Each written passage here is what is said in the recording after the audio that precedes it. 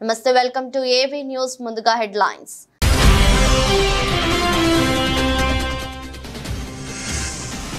ఆర్థిక మంత్రిగా బాధ్యతలు స్వీకరించిన నిర్మలా సీతారామన్ కొత్త ప్రభుత్వంలో మొదటి బడ్జెట్ను రూపొందించే బృహత్తర బాధ్యత.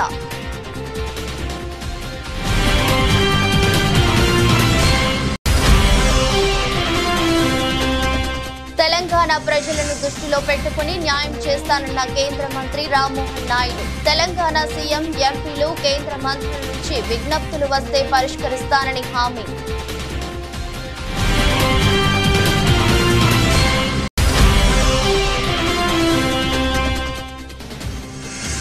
ఆంధ్రప్రదేశ్ రాష్ట్ర ముఖ్యమంత్రిగా ప్రమాణ స్వీకారం చేసిన నారా చంద్రబాబు నాయుడు. చంద్రబాబుతో ప్రమాణం చేయించిన రాష్ట్ర గవర్నర్ అబ్దుల్ నజీర్.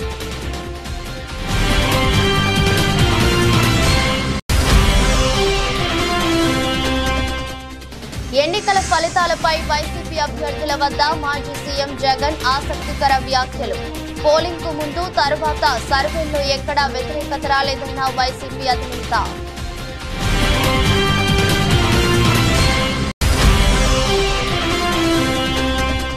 తొర్రూరులో ప్రపంచ బాల కార్మిక వ్యతిరేక దినం సందర్భంగా అవగాహన సదస్సు. బాల కార్మికుల చట్టాలపై ప్రజలందరూ అవగాహన కలిగి ఉండాలన్న జూనియర్ సివిల్ జడ్జి సరిత.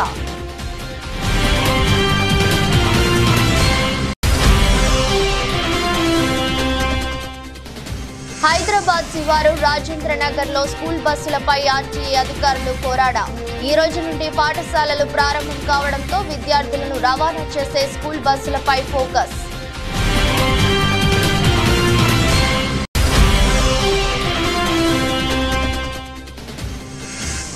దర్జాగా సూపర్ 8 లోకి ప్రవేశించిన ఆసీస్. నమీబియాపై 9 వికెట్ల తేడాతో ఆస్ట్రేలియా ఘన విజయం.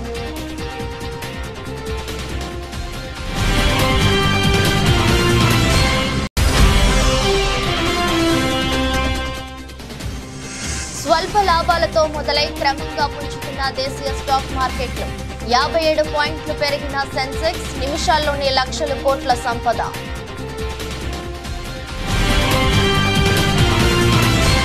మోదీ 3.0 ప్రభుత్వంలో కీలక శాఖలైన రక్షణ, హోం, ఆర్థిక, విదేశీ వ్యవహారాల శాఖలు బీజేపీ చేతిలోనే ఉన్నాయి.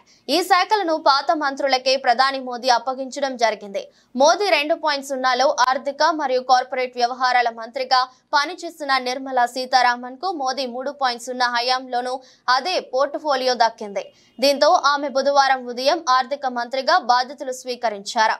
ఇక తన ఆఫీస్ కు వచ్చిన నిర్మలమ్మను అక్కడి సిబ్బంది పూల బొకేలతో స్వాగతించారు. అనంతరం ఆమె నార్త్ బ్లాక్ లో ఆర్థిక శాఖ మంత్రిగా బాధ్యతలు చేపట్టారు.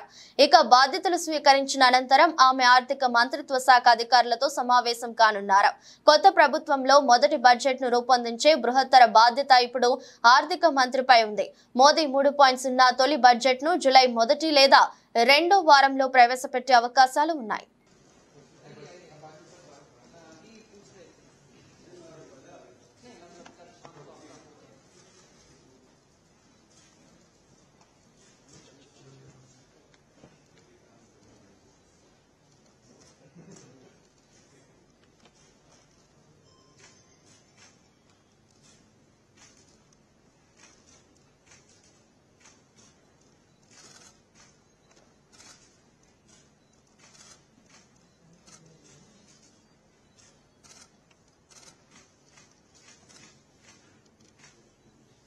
తెలంగాణ ప్రజలను దృష్టిలో పెట్టుకుని తాను ఆ ప్రాంతానికి న్యాయం చేసే ప్రయత్నం చేస్తానని కేంద్ర మంత్రి టీడీపీ నేత రామ్మోహన్ నాయుడు అన్నారు.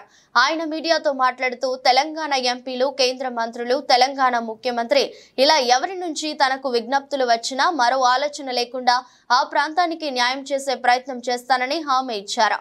తన సహకారంతో తెలంగాణలో అభివృద్ధి కార్యక్రమాలు చేపడతామని కేంద్ర మంత్రి కిషన్ రెడ్డి అన్నారని ఇది తనకు ఎంతో సంతోషాన్ని ఇచ్చిందన్నారు. తెలుగు రాష్ట్రం నుంచి కూడా కొన్ని డిమాండ్స్ వరంగల్ ఎయిర్పోర్ట్ కావచ్చు, కొత్తగూడెం ఇలాంటివి, ఎందుకంటే తెలంగాణలో హైదరాబాద్ తప్ప ఇంకో ఎయిర్పోర్టే లేదు. నాకు కూడా చాలా ఆనందం అనిపించింది. ఈరోజు మన న్యూస్లో కూడా చూశాను, కిషన్ రెడ్డి గారు ఆల్రెడీ మా తెలంగాణ రాష్ట్రానికి కూడా మన సోదరుడు రామ్మోహన్ తాలూకా సహకారం తీసుకొని చాలా కార్యక్రమాలు చేయాలని, ఆ అనుబంధం ఎప్పుడు కూడా మనం కొనసాగించాలి. ఈ సివిల్ ఏవియేషన్ మినిస్ట్రీ ద్వారా అది కొనసాగించే అవకాశం దక్కింది. మా తెలంగాణ ప్రజలకు కూడా నేను చేరువయ్యే అవకాశం దక్కింది. కాబట్టి నేను తెలంగాణ మీద కూడా దృష్టి పెడతాను. అక్కడ ఉన్నటువంటి సమస్యలు, మరి మాకున్నటువంటి సహచార మంత్రివర్గం కానీ లేకపోతే అక్కడ ముఖ్యమంత్రి గారు కానీ వాళ్ళ తరపున కూడా ఏది వచ్చినా సరే ఎక్కడ కూడా ఎటువంటి భేదాలు పెట్టుకోకుండా తెలంగాణ ప్రజల్ని దృష్టిలో పెట్టుకొని ఆ ప్రాంతానికి కూడా న్యాయం చేయడానికి ఖచ్చితంగా ఇచ్చేస్తాను. ఆంధ్రప్రదేశ్ ముఖ్యమంత్రిగా నారా చంద్రబాబు నాయుడు ముఖ్యమంత్రిగా ప్రమాణ స్వీకారం చేశారు. రాష్ట్ర గవర్నర్ అబ్దుల్ నజీర్ చంద్రబాబుతో ప్రమాణం చేయించారు. విజయవాడలోని కేసరపల్లి సమీపంలో ఏర్పాటు చేసిన కార్యక్రమంలో భారీ జనసందోహం మధ్య చంద్రబాబు సీఎంగా ప్రమాణ స్వీకారం చేశారు. కేసరపల్లిలో జరిగిన ఈ కార్యక్రమానికి ప్రధాని నరేంద్ర మోదీ, హోంమంత్రి అమిత్ షా సహా పలువురు ప్రముఖులు, వేల మంది అభిమానులు హాజరయ్యారు. నేను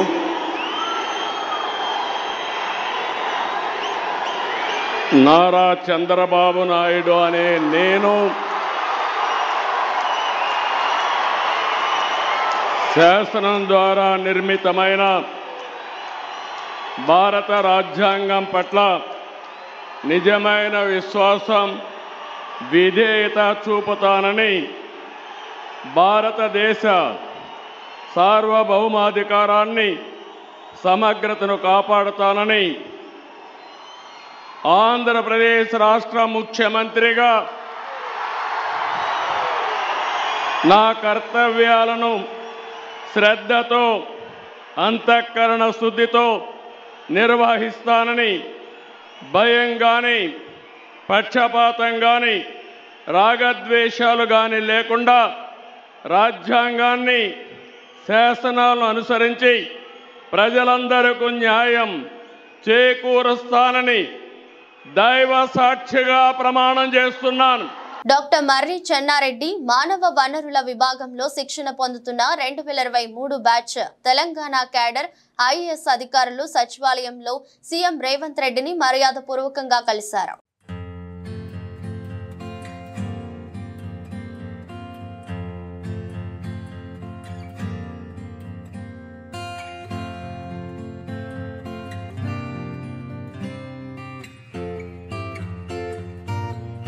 ఏపీ అసెంబ్లీ ఎన్నికల ఫలితాలపై మాజీ సీఎం వైఎస్ఆర్సీపీ అధినేత వైఎస్ జగన్మోహన్ రెడ్డి ఆసక్తికరమైన వ్యాఖ్యలు చేశారు.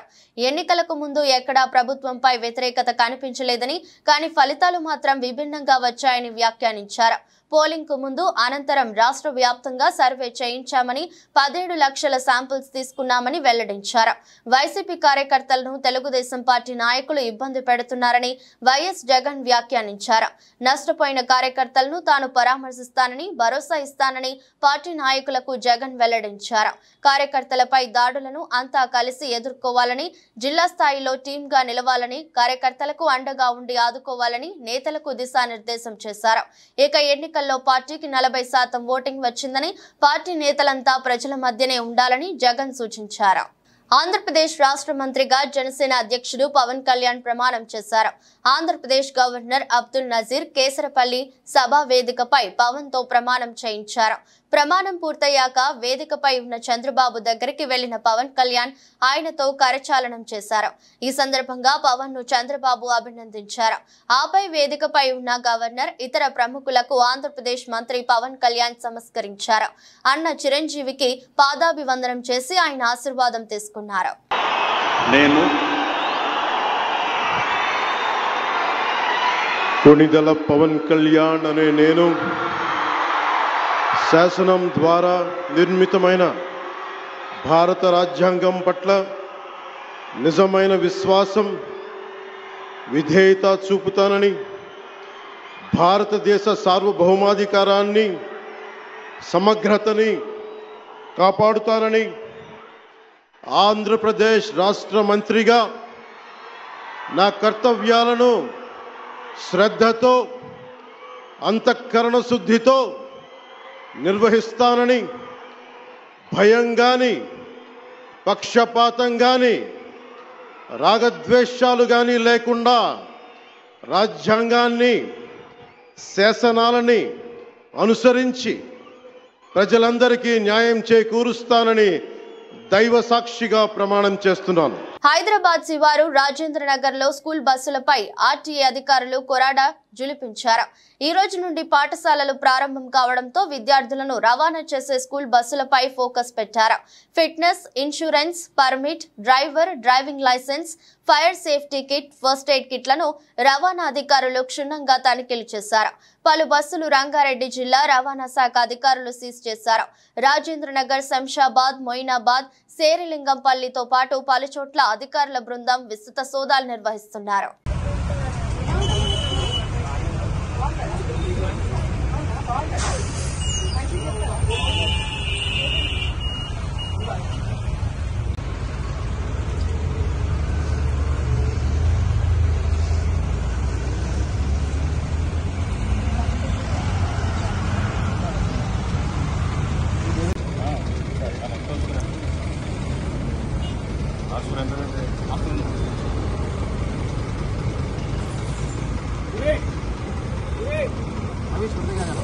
गाड़ी छोड़ रहे थे स्टूडेंट्स को।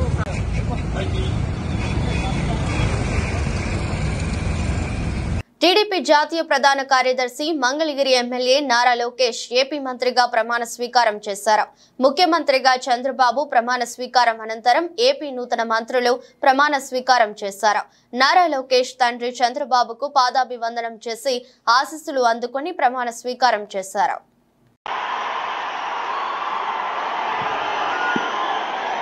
నేను నారా లోకేష్ అనే నేను శాసనము ద్వారా నిర్మితమైన భారత రాజ్యాంగం పట్ల నిజమైన విశ్వాసం, విధేయత చూపుతానని, భారతదేశ సార్వభౌమ అధికారాన్ని, సమగ్రతను కాపాడుతానని, ఆంధ్రప్రదేశ్ రాష్ట్ర మంత్రిగా నా కర్తవ్యాలను శ్రద్ధతో, అంతర్గత శుద్ధితో నిర్వహిస్తానని, భయం కానీ, పక్షపాతం కానీ, రాగద్వేషాలు కానీ లేకుండా రాజ్యాంగాన్ని, శాసనాలు అనుసరించి ప్రజలందరికీ న్యాయం చేకూరుస్తానని దైవ సాక్షిగా ప్రమాణం చేస్తున్నాను.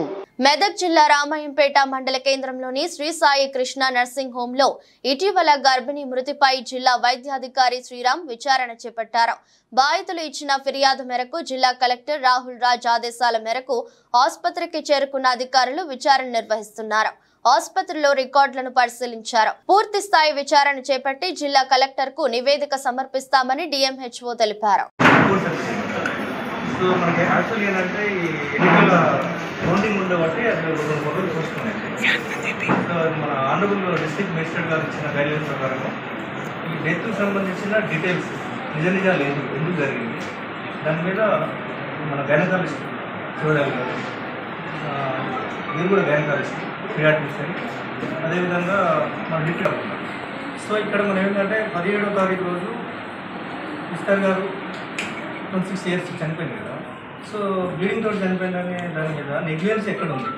డాక్టర్ నెగ్లిజెన్స్ ఉన్నారా, లేకపోతే నార్మల్ డెలివరీ కూడా మేనేజ్ చేసే స్థితిలో హాస్పిటల్ ఉందా? సో ఎందుకంటే మేము ఇంతకుముందు ఈ హాస్పిటల్కి ఏమిటో లైసెన్స్ ఇచ్చారు. లైసెన్స్ తోటి పాటుగా ప్రతి ఏఎన్సీ కేసు అయినా కానీ స్కానింగ్ చేసినా కానీ స్కానింగ్ రిపోర్ట్ కూడా మాకు సబ్మిట్ చేయాలి. సో బీసీ పెండెంట్ యాక్ట్ కానీ, తర్వాత ఈ క్లినికల్ ఎస్టాబ్లిష్మెంట్ యాక్ట్ 2010 కానీ ఇలాంటివి జరిగినప్పుడు గవర్నమెంట్ నుంచి కూడా మాకు అడిగింది డీటెయిల్ చేయమని. మీరు కూడా కరెక్ట్గా ఇచ్చారు కాంపెనీ. సో దాని మీద టోటల్గా ఒక ఎంక్వైరీ స్టేట్మెంట్ అన్నీ తీసుకొని రిపోర్టు ఆనరబుల్ డిస్ట్రిక్ట్ కలెక్టర్ గారికి సబ్మిట్ చేస్తాం. డిసిషన్ అనేది సాల్వ్ చేస్తాం. అది ఎక్కడైతే నెగ్లిజెన్స్ కనపడ్డది దాన్ని మేము ఐడెంటిఫై చేసి పియాట్రిషియన్ గారు, గైనకాలజిస్ట్ గారు, సీనియర్ మన గైనక అందరూ చూస్తారు. సో దాని తర్వాత ఏంటంటే వాళ్ళ తరపు నుంచి కూడా స్టేట్మెంట్ తీసుకుంటాం. సోమ్ డిస్టిలరీస్ అనే సంస్థ మీద విచారణ జరపాలని బీఆర్ఎస్ నేత మన్నే క్రిషాంక్ డిమాండ్ చేశారు. సోమ్ డిస్టిలరీస్ నుండి కాంగ్రెస్ పార్టీకి ముడుపులు అందాయని, దీని మీద పూర్తి ఆధారాలు ఇచ్చామన్నారు. ఇప్పుడు సోమ్ డిస్టిలరీస్ సంస్థను తాత్కాలికంగా నిలిపివేశారన్నారు. సోమ్ డిస్టిలరీస్ సంస్థకు ఇచ్చిన పర్మిషన్ రద్దు చేయడమే కాదు, ఆ సంస్థకు ఎవరు పర్మిషన్ ఇచ్చారో వారిపై ఆ కంపెనీ నుంచి ఎవరెవరికి కమిషన్లు అందాయనే దానిపై విచారణ జరగాలని మన్నే క్రిషాంక్ కోరారు. కాంగ్రెస్ ప్రభుత్వం ఒక ఫ్రాడ్ కంపెనీని తీసుకొని వచ్చి నకిలీ మద్యాన్ని తెలంగాణ రాష్ట్రంలో ప్రవేశపెట్టే ప్రయత్నం చేసి ఇక్కడ ఉన్న ప్రధాన ప్రతిపక్షంగా బీఆర్ఎస్ పార్టీ దీని మీద లేవనెత్తి కేసీఆర్ గారి పాలనలో ఏనాడు కూడా నకిలీ మద్యము, కల్తీ బీర్లు అట్లాంటివి రానివ్వకుండా, ఎందుకంటే చూస్తున్నాం కదా గుజరాత్ డ్రై స్టేట్ అని చెప్పుకునే గుజరాత్ లో నకిలీ మద్యంతో తాగి దాదాపు 50 మంది చనిపోయారు. మీడియా రిపోర్ట్ చేసింది, వాస్తవం కాదా? ఇదే కంపెనీ మధ్యప్రదేశ్లో మురేనా అనే జిల్లాలో 25 మంది చనిపోయారు. ఆ తర్వాత అక్కడ సిట్ దర్యాప్తు చేసి ఈ కంపెనీ యొక్క ట్యాంకులను అవన్నిటినీ జప్తు చేశారు. అట్లాంటి కంపెనీని మంత్రి గారు ఫస్ట్ వస్తలేదు, ప్రతిపాదన లేదని, ఆ తర్వాత నాకు సమాచారం లేదు, నాకు సమాచారం లేకుండానే అధికారులే తెచ్చిరని, ఆ తర్వాత అధికారికంగా చాలా గొప్ప కంపెనీ ఇది, చాలా ప్రెస్టీజు ఈ సోమ్ డిస్టిలరీస్ అనే సంస్థ, వాళ్ళు తెచ్చే కల్తీ బీరు తెస్తే మా కాంగ్రెస్ ప్రభుత్వానికి రాష్ట్రానికి చాలా గొప్ప జరుగుతుంది, ఇది మా ఘనత అని రాసి ఇవాళ సింపుల్ గా రద్దు చేస్తున్నామంటే మరి విచారణ ఏముండదా? ఎందుకంటే ఈ కంపెనీకి కాంగ్రెస్ పార్టీకి ఫైనాన్షియల్ ట్రాన్సాక్షన్స్ జరిగినాయని కూడా మేము బహిర్గతం చేసినాం. ఆలమూరు మండలం చెముడులంక గ్రామంలో వైఎస్ఆర్ కాంగ్రెస్ పార్టీ ఆలమూరు మండల కన్వీనర్ తమ్మన శ్రీనివాస్ ఇంటి వద్ద నిర్వహించిన మీడియా సమావేశంలో మాజీ ఎమ్మెల్యే కొత్తపేట నియోజకవర్గ వైఎస్ఆర్ కాంగ్రెస్ పార్టీ సమన్వయకర్త చిర్ల జగ్గిరెడ్డి మాట్లాడుతూ గెలుపును ఆస్వాదించడం అందరూ చేస్తారని, దానిని మేము కూడా స్వాగతిస్తున్నామని, ప్రజాస్వామ్యంలో ప్రజల ఆకాంక్షలు నెరవేర్చుతారని, అధికారం ఇస్తారని కూటమి నాయకులు అది మరిచి అధికారం వచ్చింది కదా అని గ్రామాలలో శిలా ఫలకాలు ధ్వంసం చేయడం, బాణసంచా బాంబులు వైఎస్ఆర్ కాంగ్రెస్ పార్టీ నాయకులు కార్యకర్తల గృహాల్లోకి వెళ్లి వారి కుటుంబాలలో స్త్రీలు చిన్నపిల్లలను భయభ్రాంతులకు గురి చేయడం చేస్తున్నారని, ఏదైనా మితిమీరితే ప్రమాదమని గుర్తెరగాలని చిర్లా హితవు పలికారు. మా కార్యకర్తలు నాయకుల జోలికి వస్తే చేతులు ముడుచుకొని కూర్చునే పరిస్థితి ఉండదని హెచ్చరించారు. కానీ కొత్తపేట నియోజకవర్గంలో 5 సార్లు పోటీ చేస్తే నేను 3 సార్లు గెలిచాను. ఇప్పుడు కూడా ఊరేగింపులు కూడా పెట్టాల. కానీ ఈరోజు ఏదైతే కొత్తపేట నియోజకవర్గం చెవుళ్ళంక గ్రామం, ముఖ్యంగా మరి మా మండల కన్వీనర్ గారి ఇంటి తమ్మన శ్రీనివాస్ గారు వారి ఇంటికి వచ్చి మరి ఏదైతే మరి ఇక్కడ ఉన్నటువంటి ఈ యొక్క బాంబులన్నీ కూడా ఇంట్లో వేయడం, లేదా ఎవరైతే ఆడవాళ్ళు ఇళ్లలో ఉన్నారో ఇంట్లో పిల్లలు ఉన్నారని చెప్తే వారిని కూడా భయభ్రాంతులకు గురి చేయడం, అదేవిధంగా ఈ గ్రామంలో ఉన్నటువంటి ఏదైతే గతంలో మరి చేసినటువంటి పనులు శిలాఫలకాలు ఏవైతే ఉన్నాయో వాటన్నింటినీ కూడా ధ్వంసం చేయడం, ఇట్లాంటి కార్యక్రమాలకు ఒడిగడుతూ ఉన్నారు. ముఖ్యంగా ఈ గ్రామంలో ఉన్నటువంటి మరి ఏదైతే అమ్మవారి గుడి, దుర్గమ్మ తల్లి గుడి దగ్గర వేసిన శిలాఫలకాలు కానీ, లేదా ఉన్నటువంటి ఇతర అభివృద్ధి కార్యక్రమాల దగ్గర ఉన్న శిలాఫలకాలు కానీ మరి అన్ని కూడా ఈ రకంగా ధ్వంసం చేసే కార్యక్రమానికి మరి తెలుగుదేశం పార్టీ నాయకులు, కూటమి మరి పార్టీ నుంచి వచ్చినటువంటి వాళ్ళు మరి ప్రేరేపించే కార్యక్రమం చేస్తున్నారు. నేను అడుగుతున్న ఈ సందర్భంగా మీరు ప్రజలకన్నా వివరించండి, మీరు ధ్వంసం చేయడానికే వచ్చారా, లేదా ప్రజలకు ఆకాంక్షలు పనిచేయడానికి వచ్చారా? మేము సామరస్యంగా ఉన్నామంటే దానికి కారణం మీరేదో గెలిచిన ఉత్సాహం ఉన్నారు, మా వాళ్ళు ఏదో నిరాశలో ఉంటారు. సరే, వారి కార్యక్రమాలు ఏమైనా చేసినప్పటికీ కూడా మనమే 1-2 అడుగులు వెనక్కి తగ్గి వెళ్దాం అనేటువంటి విధంగా ప్రవర్తిస్తూ ఉంటే కొన్ని గ్రామాల్లో ఇబ్బందులు లేవు. కానీ కొన్ని గ్రామాల్లో ఇట్లాంటి విధ్వంసకరమైన కార్యక్రమాలకి మరి ఒరిగట్టేటువంటి కార్యక్రమాలు మరి మీరు చేస్తూ మరి హింసని ప్రేరేపించేటువంటి విధంగా మీ యొక్క కార్యక్రమాలు, మీ చర్యలు ఉన్నాయని ఈ సందర్భంగా మరి తెలియజేస్తున్నా. మహబూబాబాద్ జిల్లా తోరూరు పట్టణ కేంద్రంలోని స్థానిక లయన్స్ క్లబ్ లో బుధవారం ప్రపంచ బాల కార్మిక వ్యతిరేక దినం సందర్భంగా తాలూకా న్యాయ సేవాధికారి సంస్థ వారి ఆధ్వర్యంలో నిర్వహించిన అవగాహన సదస్సులో స్థానిక జూనియర్ సివిల్ జడ్జి మరియు చైర్మన్ ఎమ్మెల్యేసీఏ మట్టా సరిత పాల్గొని ఆమె మాట్లాడుతూ ప్రజలందరూ బాల కార్మిక చట్టాలపై అవగాహన కలిగి ఉండాలని, తల్లిదండ్రులు 14 సంవత్సరాల్లోపు పిల్లలను పనికి పంపరాదని, షాపు యజమానులు కూడా వారిని వారిని పనిలో చేర్చుకోవద్దని, అలా జరిగితే చట్టపరమైన చర్యలు ఉంటాయని సూచించారు. బాల కార్మికులు అనగానే ఇక్కడ ప్రజెంట్ అయిన వాళ్ళందరినీ చూస్తుంటే ఎవరెవరైతే బాల కార్మికులు ఎక్కడైతే ఉంటారో వాళ్ళందరూ యజమానులందరూ ఇక్కడికి వచ్చినట్టుగా అనిపిస్తుంది.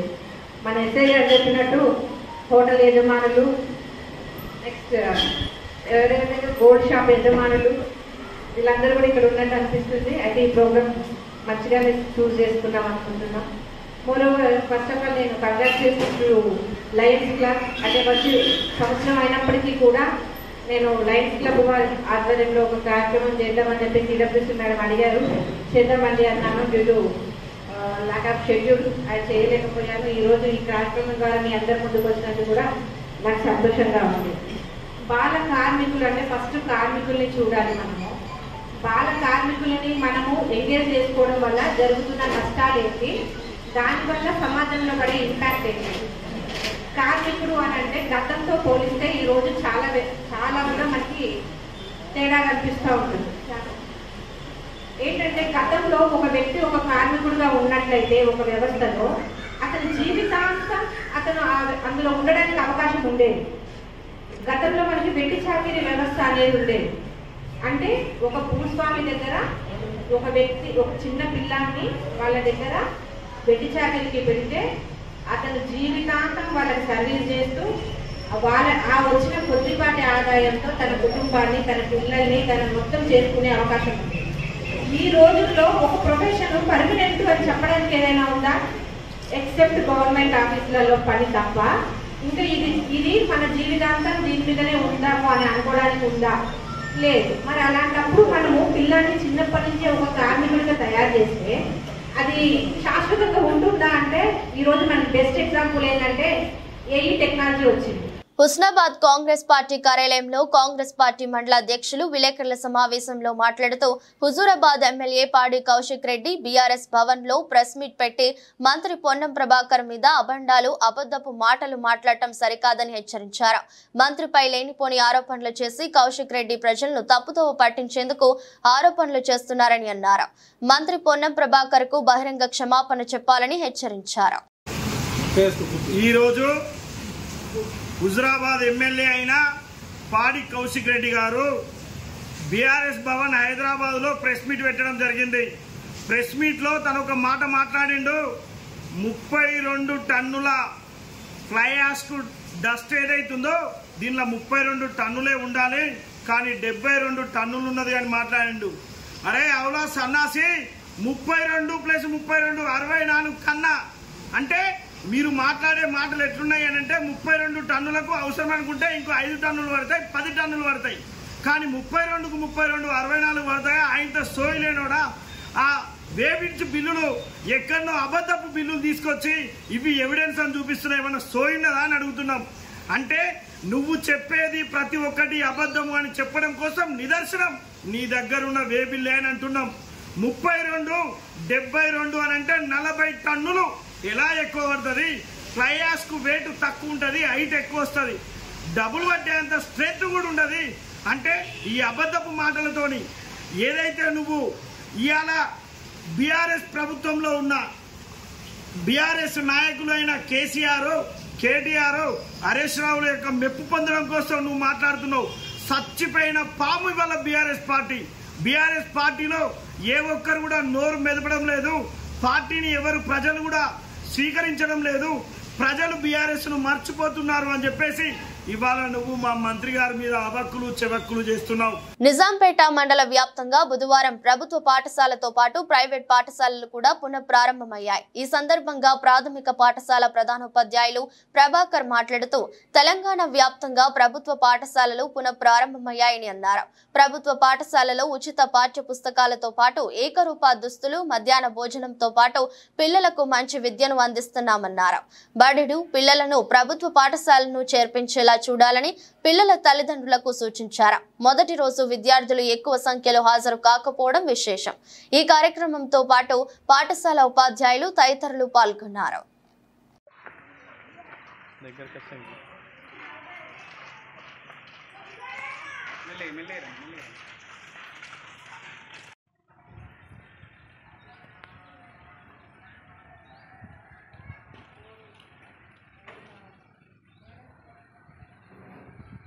మిచెల్ మార్ష్ నాయకత్వంలోని ఆస్ట్రేలియా జట్టు టీ20 వరల్డ్ కప్ లో సూపర్ 8 దశలోకి ప్రవేశించింది. నమీబియాతో జరిగిన గ్రూప్ బి లీగ్ మ్యాచ్ లో ఆసీస్ 9 వికెట్లతో ఘన విజయం సాధించింది. తొలుత నమీబియాను 17 ఓవర్లలో 72 పరుగులకే చుట్టేసిన కంగారులు 73 పరుగుల లక్ష్యాన్ని 5.4 ఓవర్లలోనే ఛేదించారు. ఈ క్రమంలో ఆసీస్ జట్టు కేవలం 1 వికెట్ మాత్రమే కోల్పోయింది. 8 బంతుల్లో 20 పరుగులు చేసిన వార్నర్ వీస్ బౌలింగ్ అవుట్ అయ్యాడు. మరో opener Travis head 34 not out, captain Mitchell Marsh 18 not out మిగతా పని పూర్తి చేశారు. కాగా గ్రూప్ దశలో ఆస్ట్రేలియాకు ఇది వరుసగా 3వ విజయం. తద్వారా 6 పాయింట్లతో సూపర్ 8కి అర్హత సాధించింది. ఇదే గ్రూప్ లో ఉన్న ఇంగ్లాండ్ 2 మ్యాచ్ల్లో 1 ఓటమితో అవకాశాలను సంక్లిష్టం చేసుకుంది. స్కాట్లాండ్ 3 మ్యాచ్ల్లో 2 విజయాలతో ఆసీస్ తర్వాత స్థానంలో ఉంది. దేశీయ స్టాక్ మార్కెట్లు బుధవారం స్వల్ప లాభాలతో మొదలై క్రమంగా పుంజుకున్నాయి. ఈ క్రమంలో మొదటి గంటలోనే మార్కెట్ మంచి వృద్ధిని నమోదు చేసింది. ఈ నేపథ్యంలో నిఫ్టీ 23,419 పాయింట్ల వద్ద సరికొత్త రికార్డు స్థాయికి చేరుకుంది. నిఫ్టీ 50 తాజా జీవితకాల గరిష్ట స్థాయిని స్కేల్ చేయడంతో దేశీయ స్టాక్లు మంచి పెరుగుదలను చూశాయి. దీంతో పాటు ఉదయం 11 గంటల సమయంలో బ్యాంక్ నిఫ్టీ 478 పాయింట్లు పెరుగుగా సెన్సెక్స్ 557 పాయింట్లు ఎగబాకింది.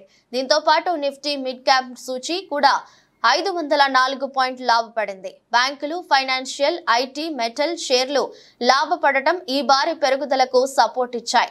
ఈ క్రమంలోనే బీఎస్సీ సెన్సెక్స్ 500 పాయింట్లకు పైగా ఎగబాకి 76,968 వద్ద గరిష్ట స్థాయికి చేరుకుంది.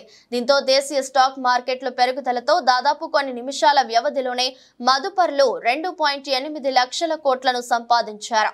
ఈ క్రమంలో బీఎస్సీ మార్కెట్ క్యాపిటలైజేషన్ విలువ 429.83 లక్షల కోట్లకు చేరుకుంది. వార్తలు ముగించే ముందు మరోసారి హెడ్లైన్స్.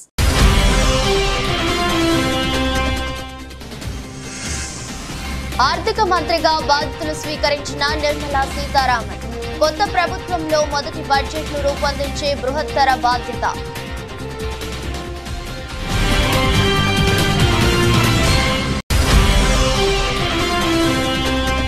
తెలంగాణ ప్రజలను దృష్టిలో పెట్టుకుని న్యాయం చేస్తానన్న కేంద్ర మంత్రి రామ్మోహన్ నాయుడు. తెలంగాణ సీఎం, ఎంపీలు, కేంద్ర మంత్రుల నుంచి విజ్ఞప్తులు వస్తే పరిష్కరిస్తానని హామీ.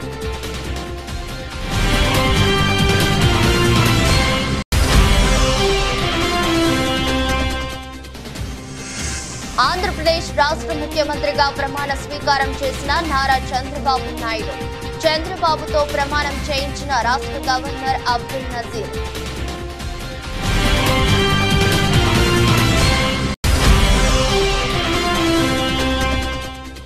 ఎన్నికల ఫలితాలపై వైసీపీ అభ్యర్థుల వద్ద మాజీ సీఎం జగన్ ఆసక్తికర వ్యాఖ్యలు.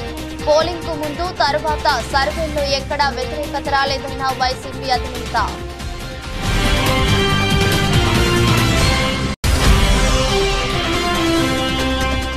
తొర్రూరులో ప్రపంచ బాల కార్మిక వ్యతిరేక దినం సందర్భంగా అవగాహన సదస్సు.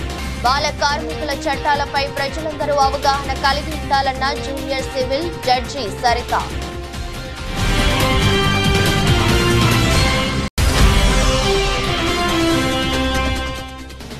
హైదరాబాద్ శివారు రాజేంద్ర నగర్ లో స్కూల్ బస్సులపై ఆర్టీఏ అధికారులు పోరాడా. ఈ రోజు నుండి పాఠశాలలు ప్రారంభం కావడంతో విద్యార్థులను రవాణా చేసే స్కూల్ బస్సులపై ఫోకస్.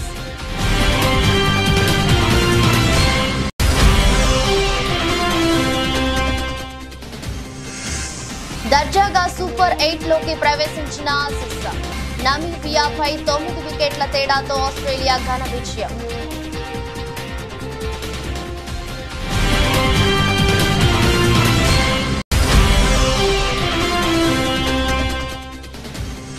స్వల్ప లాభాలతో మొదలై క్రమంగా పుంజుకున్న దేశీయ స్టాక్ మార్కెట్లు. 57 పాయింట్లు పెరిగిన సెన్సెక్స్, నిమిషాల్లోనే లక్షల కోట్ల సంపద.